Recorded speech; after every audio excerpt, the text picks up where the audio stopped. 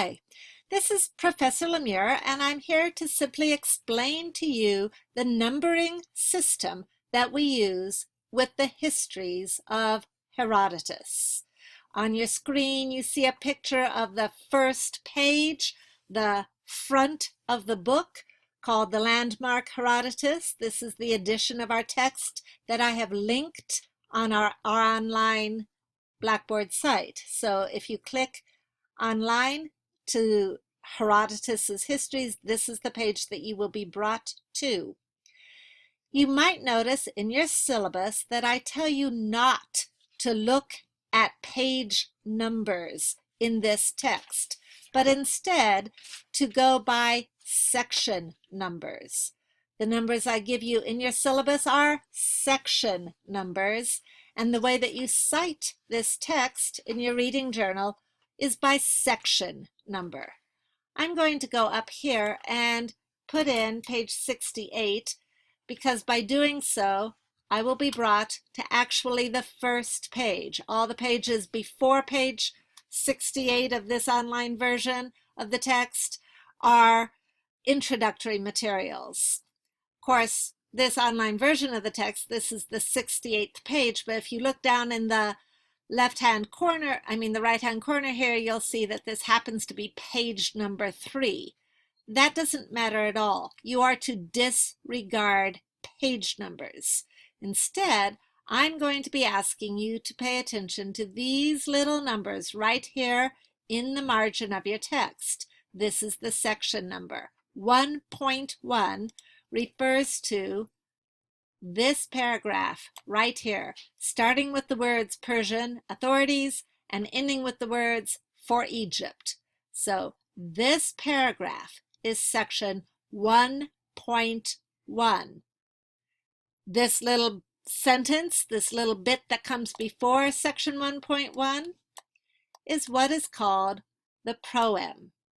You can see that marked in the margin of your text right here. The proem is that sentence that comes before section 1.1. The 1 of 1.1, that first digit, 1, refers to book 1. This is book 1 of Herodotus.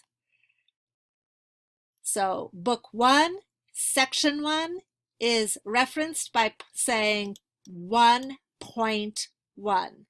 Let's turn to the next page. Here you see that you have section 1.2. That section is found right here. Having a little bit of hard time highlighting it exactly, but there it is, starting with the words, "This is how Io," and ending with the words, "anything to them." This is section 1.2. Now you might ask me, what is this little number 2 right there? That is a tiny little number within the largest section. You might see that it also has a number 3 here. So section 1.2 actually has 3 smaller sections within it. You don't need to reference those when you cite Herodotus.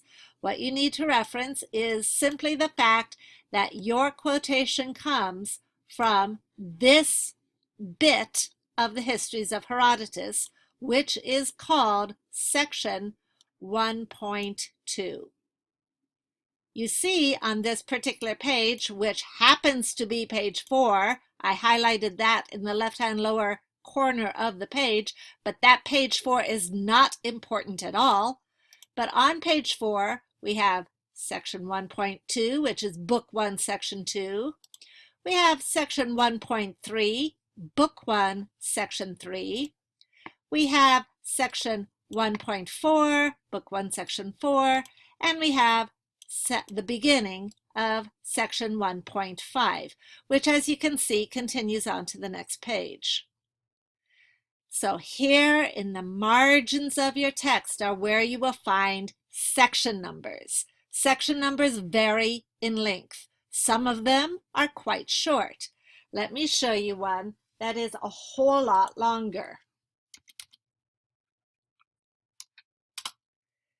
Here in Book 2 of Herodotus, you see section 121. Here's Book 2, 121.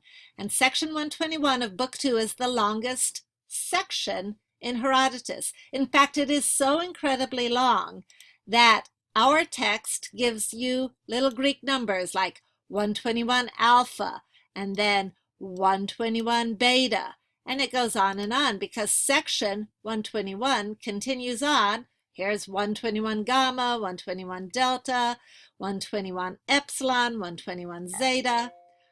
And section 122 doesn't start until here with the words they say. That's 121 section, that's Book 2, 122. But note that section 121 takes all of this page, and half of this page. So that one section number is 2.5 pages in length. That's very different than the section numbers we saw at the beginning of Book 1, which are basically just one paragraph in length. Each one of these is basically one paragraph.